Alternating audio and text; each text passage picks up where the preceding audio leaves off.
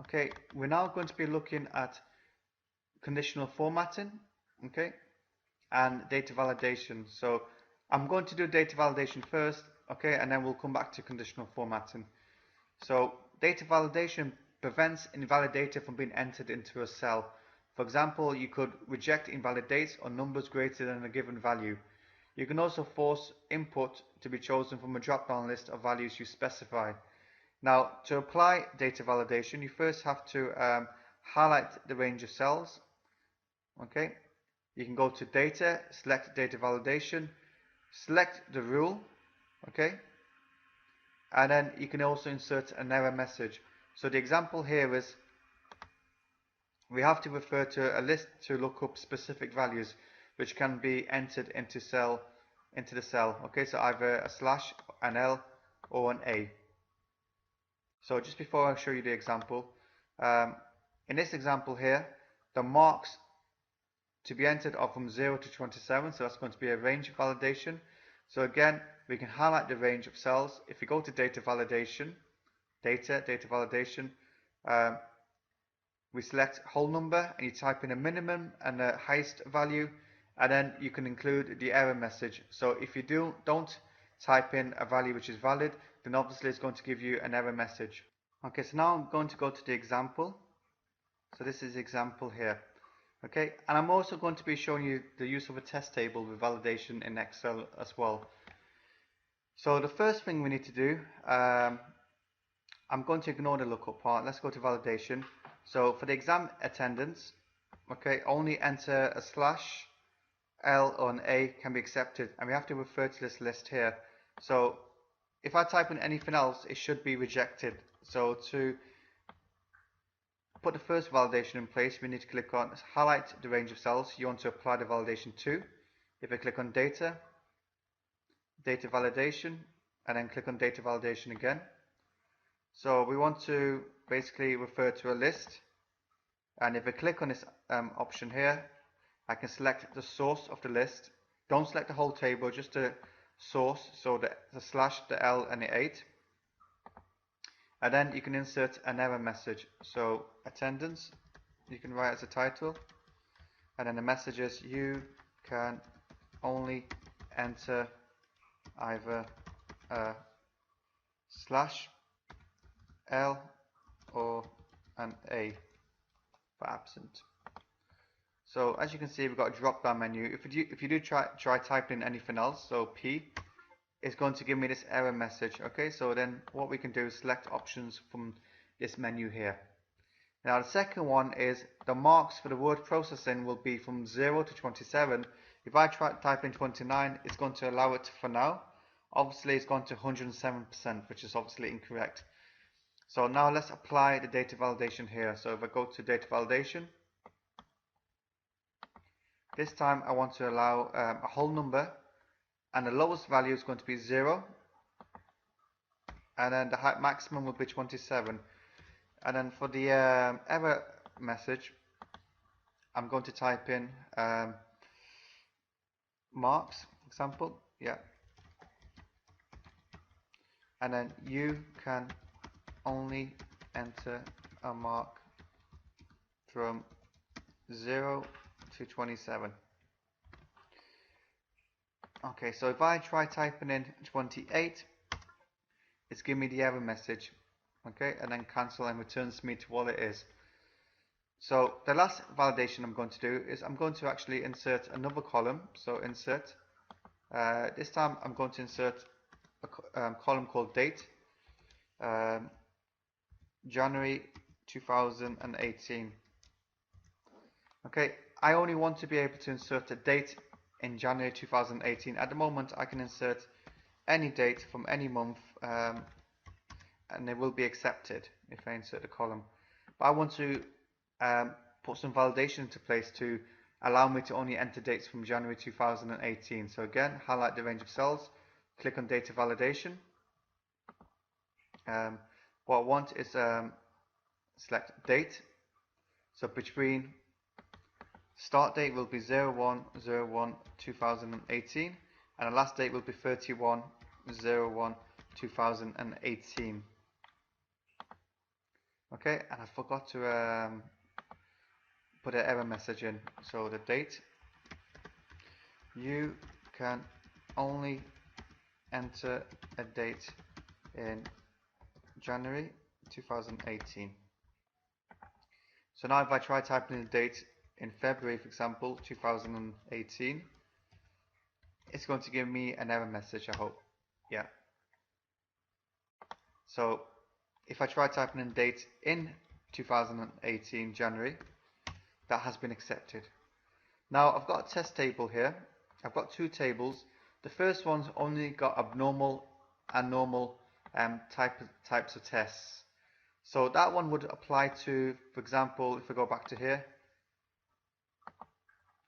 this test here, we don't have any extreme values. We don't have extreme numbers or extreme dates, for example. So something that would be normal would be a slash, an L, or an A. And if you do type in, let's say, an L, you expect it to be accepted. So cell reference C3. Okay.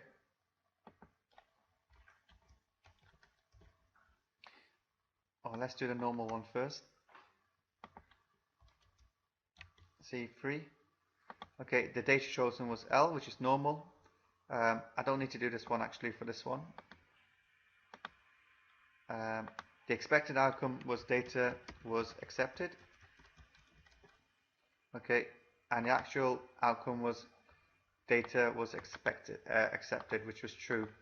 Okay, now if I choose in the same cell, maybe P, which is abnormal, it's outside of the range, I expect the data, oh, let's type in data to be rejected.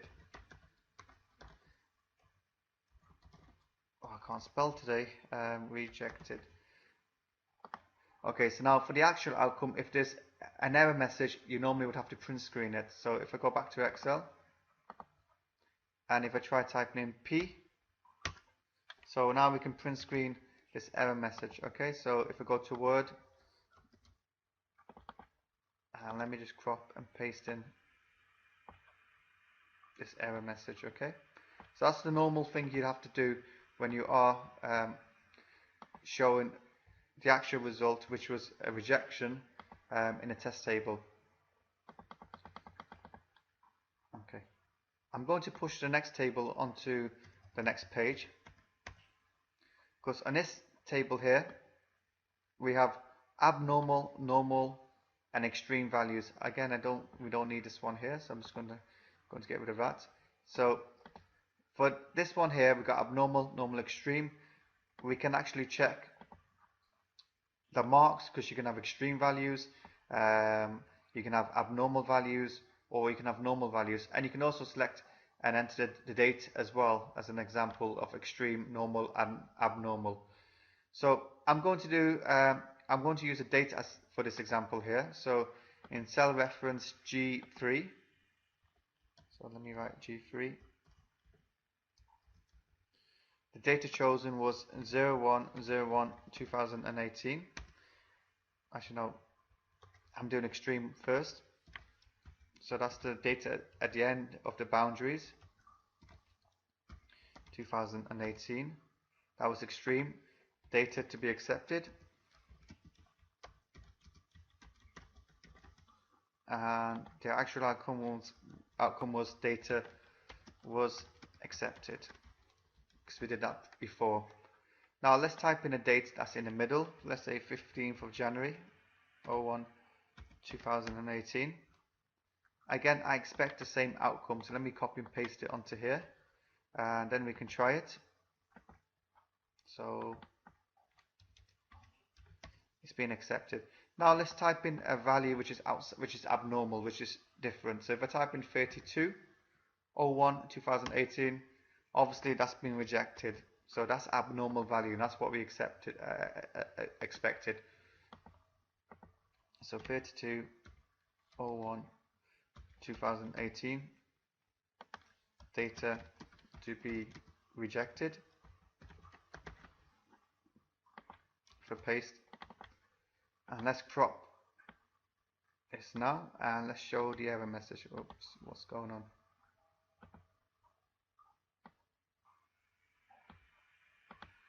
Okay, so that's validation for you.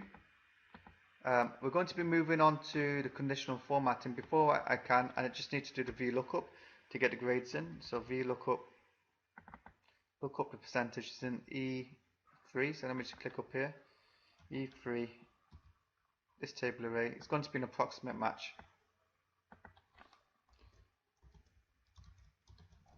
And 2, and approximate match. Close the bracket. Finish. Okay. So now we're going to be looking at conditional formatting. So color scales can be used based on criteria. So what we need to do, highlight the cell range in which you want to apply conditional formatting. Click on Home, click on Conditional Formatting. Then you can highlight the cell rules. So you've got a number of different criteria. So less than, between, equal to, contains, etc. And then you can enter the criteria, okay, and then choose the appropriate color. So what we want to say is if it's A star to C, it's going to be green, D amber, and less than D is going to be red. So if I highlight the range, which I've done, we go to Home, Conditional Formatting, highlight cell rules. Let's say less than, and if it's going to be less than D, which is basically CBA, we want to change that color to green. So if we go to custom or green fill, yeah, we got that as a default. Now if the score is going to be D, so let me just see what would get them a D. D would be 55. Let me just change one of these marks. Yeah, so he's got a D. So if I go to conditional formatting, text that contains D, and we want to fill it as amber. So if I go to custom format, fill, select amber, that's that one done. And then anything less than a D, so it's basically greater than D,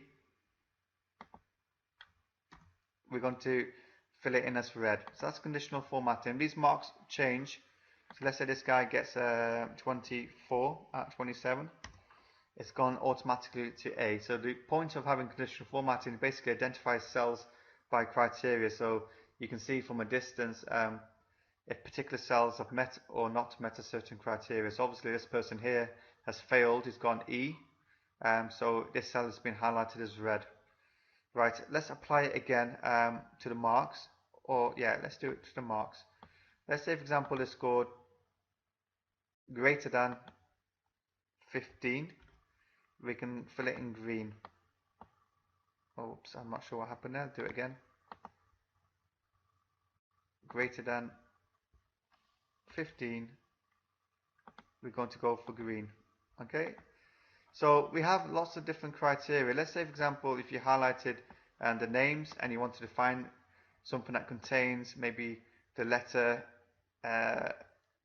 B, it's only highlighted cells which contains that letter. So maybe if you, it's useful to identify certain cells using different criteria. So if we look at here, you know, greater than, less than, between, equal to. So let's say we had dates between, let me type in some other dates that will be accepted.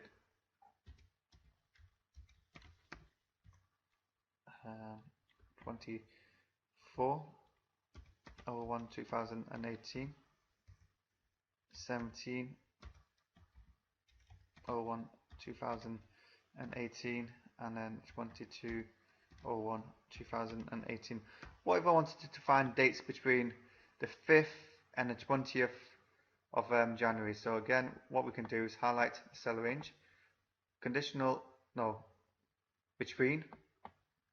Okay, so we want, I think I said the 5th to the 20th, and it's highlighted these two cells here. So that's basically conditional formatting for you. Okay, so now we're going to be looking at rounding. So we've got different examples here. So let me first explain this. Round rounds a number to a specified number of digits. Round down rounds a number down towards 0. Round up rounds a number up away from 0. Okay, and equal int rounds a number down to the nearest integer. So the first thing I did was equal sum to add up the value of these cells here. And as you can see, we've got lots of decimal places. This one, we've rounded it to 2 decimal places, as you can see here. Round down rounds it down, as you can see, and You can also select the number of decimal places. So this has come down to 23. Round up has gone up to 24. And int has rounded it down to nearest integer. So round down and integer very similar. So let me show you the example, okay, which I've completed already. So let me just delete what I've done here, and I'll do it again. So the first one was equal sum, which adds up the value of these cells here.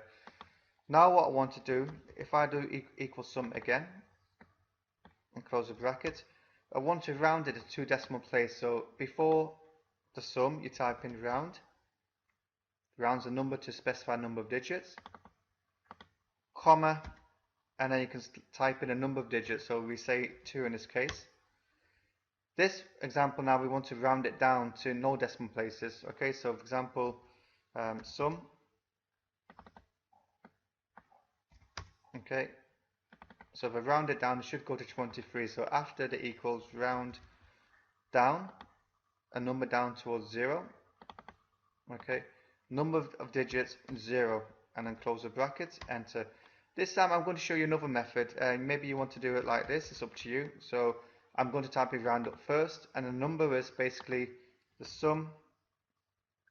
You add up these values here, okay, comma, and then 0, because we don't want to show any decimal places, and that should take me to 24. That's gone up. And the integer, well, if you round it this value down, it should be the same, or the int and the round down should be the same. So if I type in equal sum, integer does not include decimal numbers. So if I type in equal int after the equals, it's not going to ask me to include any decimal numbers because integer is a whole number.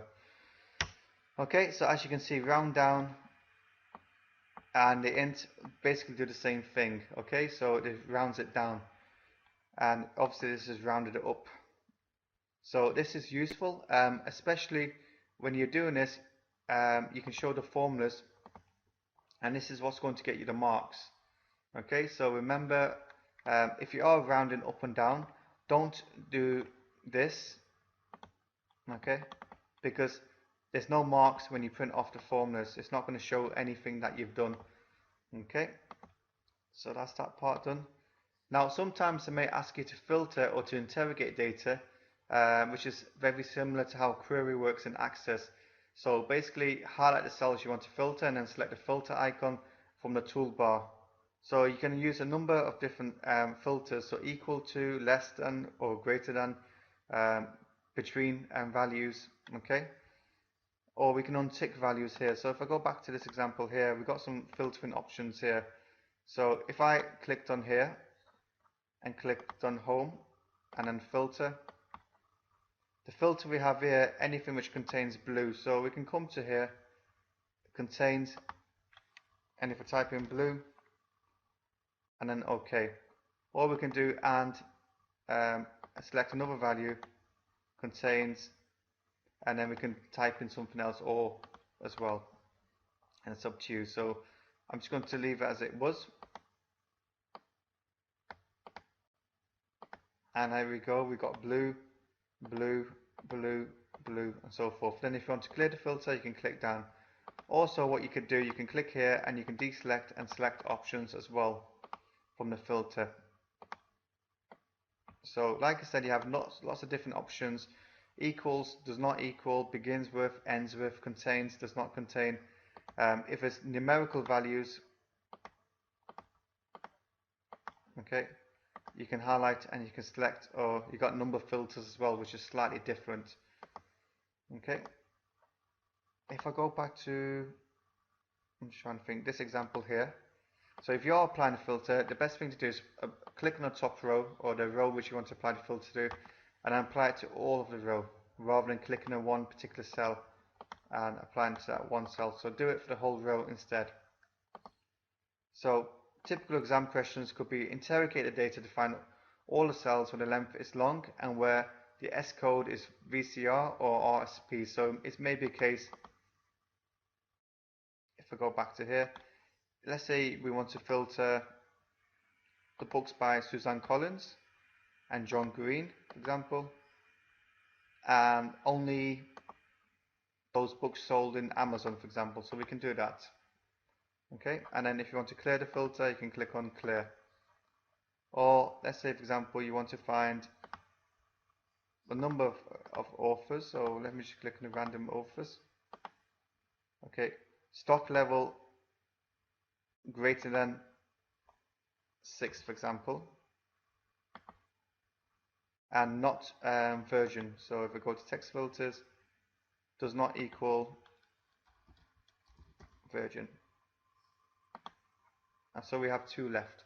So that's filtering or interrogating the data. If we go back to the PowerPoint. So the keywords is interrogate, or it could be extract or filter. So it's the same thing. Okay, so we're coming towards the end now. So when they ask you to print off, make sure you can see the full formula. You may have to adjust a column before you print. So there's no point printing and half the formulas are missing. So if I go back to this example, let's say I wanted to print off, show the formulas, show formulas, and it would be an absolute nightmare if you printed your work like this because you're not showing a full formula. So you need to increase the column size. And normally when you do print the formulas, so if we go back to PowerPoint actually, if you want to show the formulas, you could click on formulas, show formulas. Okay, to return to normal view, you just basically tick off this. You would definitely be asked to print off your formulas. So now we come into printing. Okay, so if you are printing the formulas, if I go back to this example here and go to File and Print, normally they'll ask you to print landscape, or if you go to Custom Scaling Options, normally if you're printing formulas, it's basically going to be 1 page tall and 2 page wide. And normally you'd have to include row and column headings when you're printing the formulas. So now this will appear on 2 pages, okay? So when you're printing the formulas, it normally is 1 page tall, okay, and then 2 pages wide. And we have to include the row and column headings, which are the letters and numbers.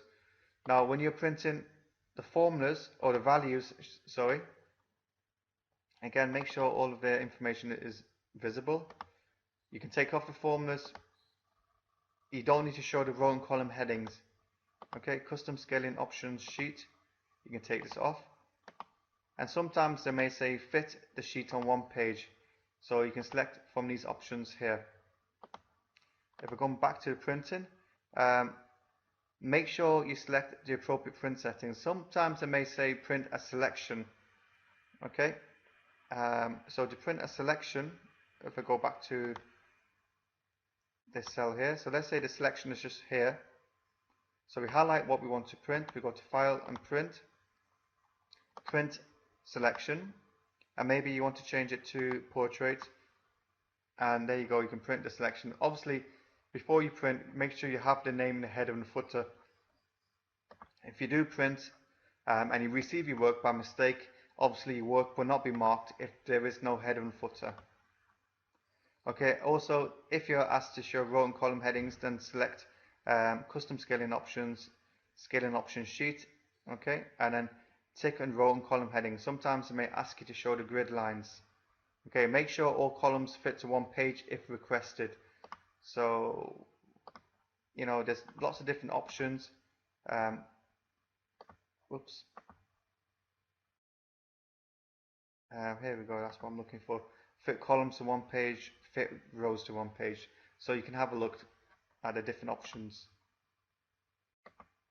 Okay, and finally, the last slide I'm going to talk you through is underline anywhere where it says print, okay, and make sure you know what you're printing. So if you print the values where you should have printed the formulas, then obviously you're going to lose lots of marks. So as you can see, I've annotated my paper. I've got 4 printouts. The first printout was the formulas, okay. Typically you print off the formulas in landscape. You include the row and column headings, which are the letters and numbers. The printout fits to 2 pages wide, so let me show you again. Let me do this one instead. So let's show the formulas. Okay, make sure you can see the full formulas before you go into print. Yep, I've got that done. And if you click on File and Print, normally it is landscape, custom scaling options, 1 page tall, 2 page wide. Okay, so we can see the formulas going across. Obviously, it would be a disaster if you sent your work to the print like this, because how is the examiner meant to mark your work if they can't see it? Okay, if you cut off half your formulas.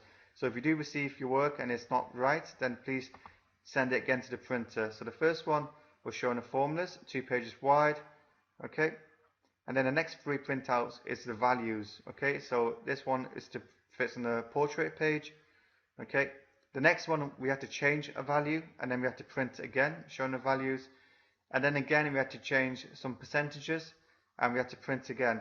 So make sure when you're printing you put your work into the correct order. Okay, so we've come to the end of the spreadsheets overview. Thank you for watching my videos. Please like and share, and please put your comments below and subscribe to this channel. Thank you again for your time.